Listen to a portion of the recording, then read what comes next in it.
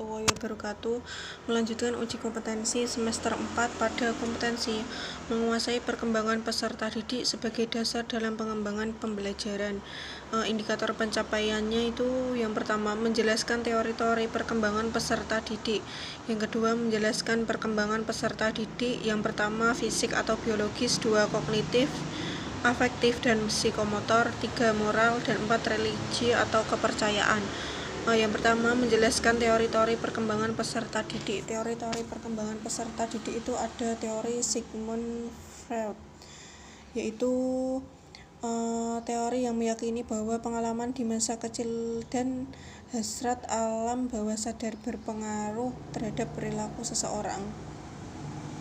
Terus ada teori behavioral.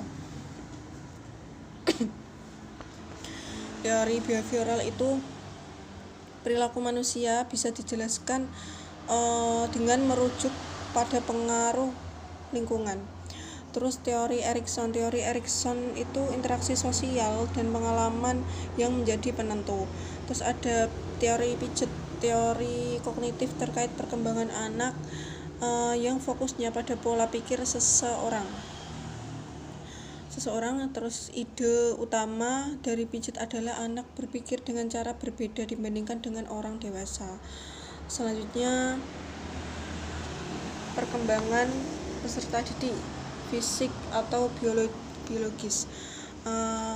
Dimulai perkembangannya fungsi otak sehingga sering ditingkatkan. Peserta didik dapat memahami hal yang ditingkatkannya lebih tinggi. Berkembangnya fungsi psikomotorik sehingga dapat melakukan aktivitas fisik dengan lebih.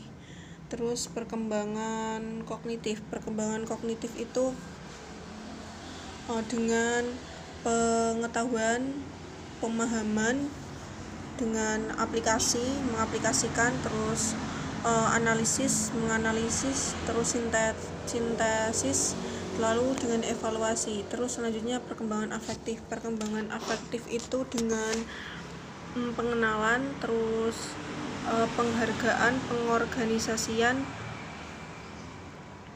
terus dengan merespon atau aktif dalam hal berpartisipasi. Terus ada perkembangan psikomotorik itu dengan menirukan gerak, menggunakan suatu konsep dalam melakukan gerak, terus ketepatan, terus naturalisasi dan perangkaian. Selanjutnya moral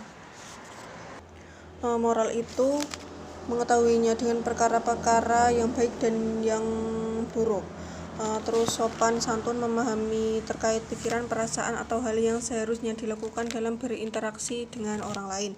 Selanjutnya perkembangan religi atau kepercayaan itu dengan kematangan berpikir dalam hal kewajiban religi terkait agama yang sedang dianutnya. Terus memahami batasan-batasan yang dimiliki oleh agama yang dianut.